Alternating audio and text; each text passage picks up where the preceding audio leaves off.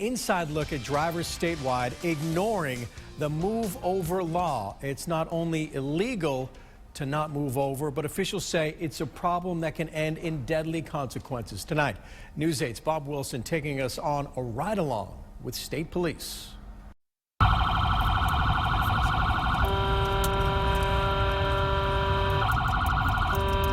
Trooper Randall Tavares starts his afternoon shift on Interstate 84 with lights and sirens.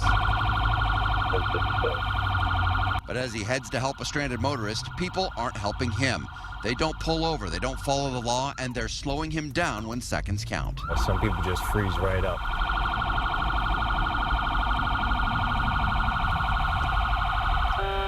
Texting or talking on their cell phone, for whatever reason, they just don't pay attention. As Trooper Tavares exits his cruiser by the side of the highway, this is one of the more dangerous moves he has to make during his shift. That's why Connecticut has the move over law.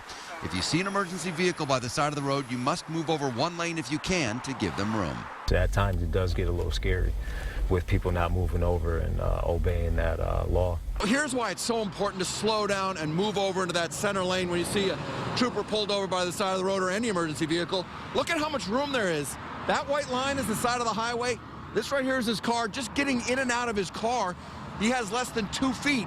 He says you got to pull over as far as you can to get over, and if you do your part, it'll help him come home at the end of his shift.